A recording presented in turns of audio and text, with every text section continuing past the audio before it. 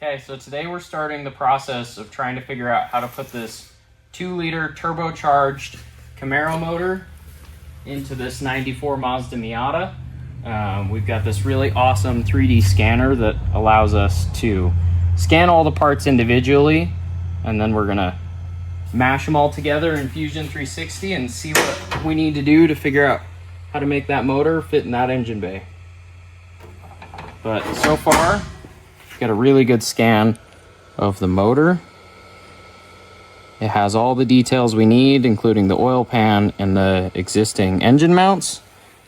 And we've also got a scan of the current Miata subframe to see if we've got clearance issues with the rack and pinion, and if we can modify this subframe or if we're gonna have to build our own subframe.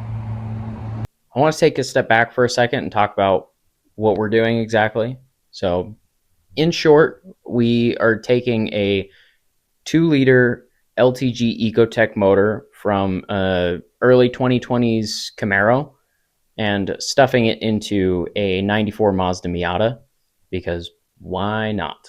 So this swap has been done before with the earlier generation Ecotecs, the Gen 1 and Gen 2 Ecotecs, but I haven't found anybody that's done a Gen 3 Ecotec, and we have what we think is all the components to do it, and a 3D scanner and a halfway decent CAD modeler. So we're going to see what we can make of this. So join along as we try and figure out how to put a very modern engine into an old 90s Japanese car. Thanks for watching, and I hope you enjoy the rest of the video.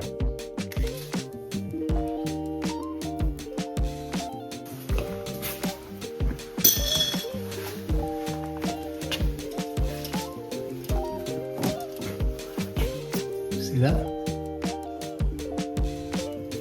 It'll fit.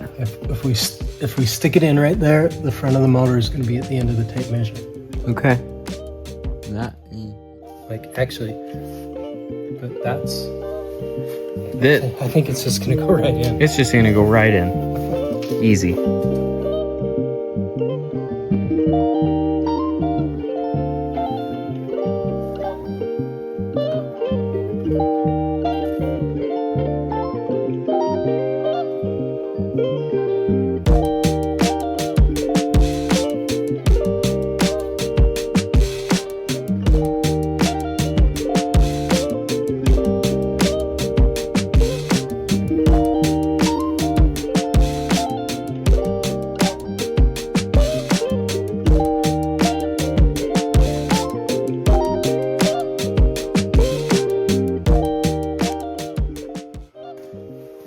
So we're figuring this out as we go along.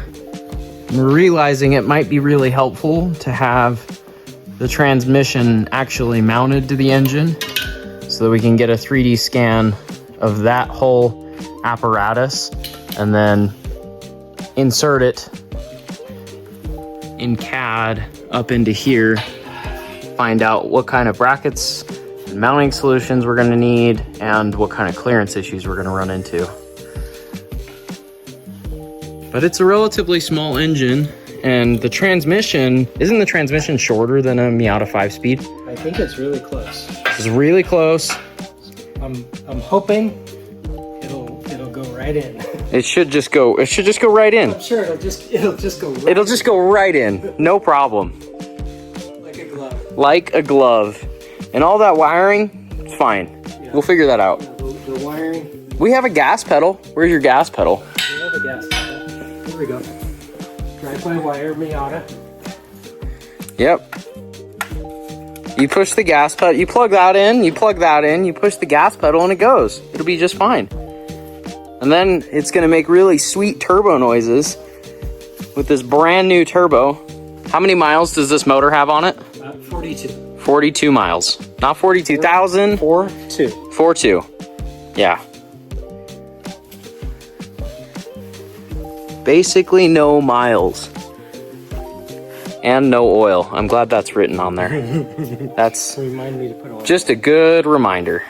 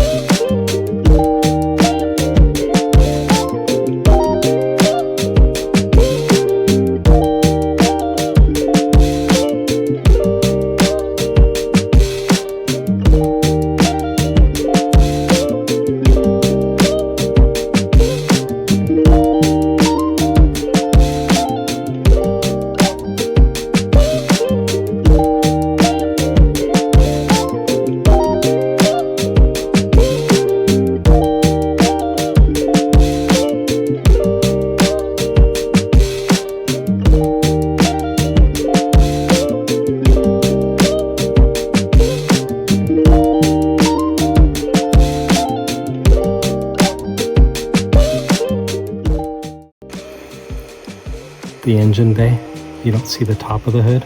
Yeah. That's the bottom sheet. Huh. That's neat. Wow, you got almost the entire underside of the car. Should be able to figure out how to get that motor in there.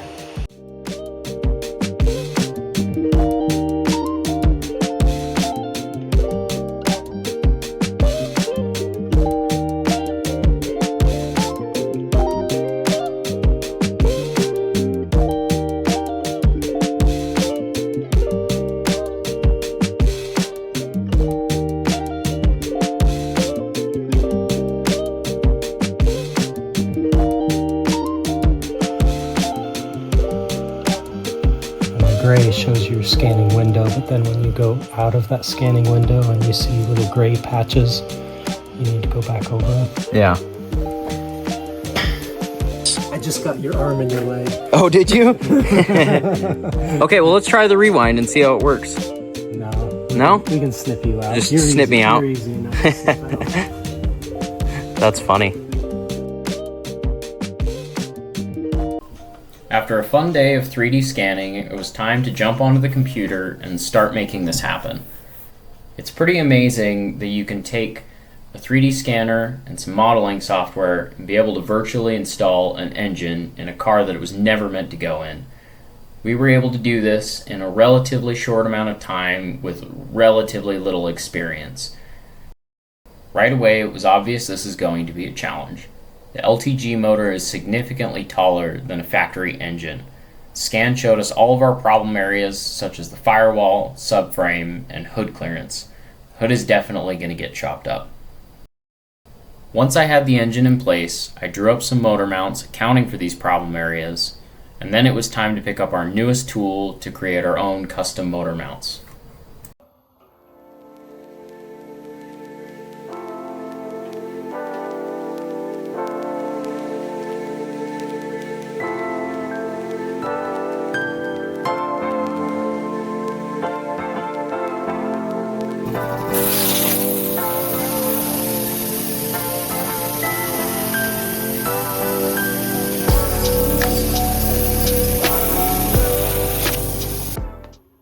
Alright, first cuts.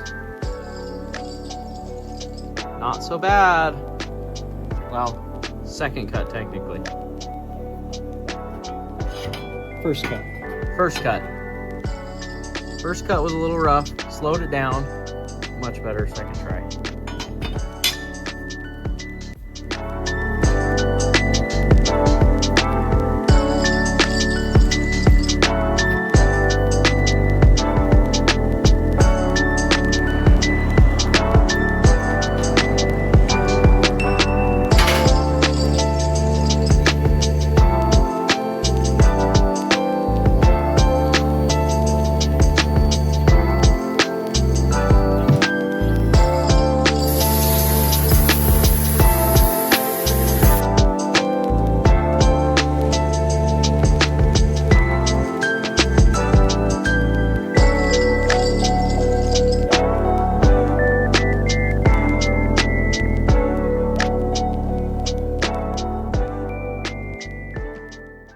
Okay, that's it for part one. Check back next time as we weld up these motor mounts that we cut out with our new CNC plasma table and mock up this engine and transmission in our Miata.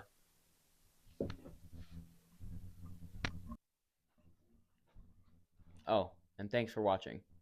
Like and subscribe.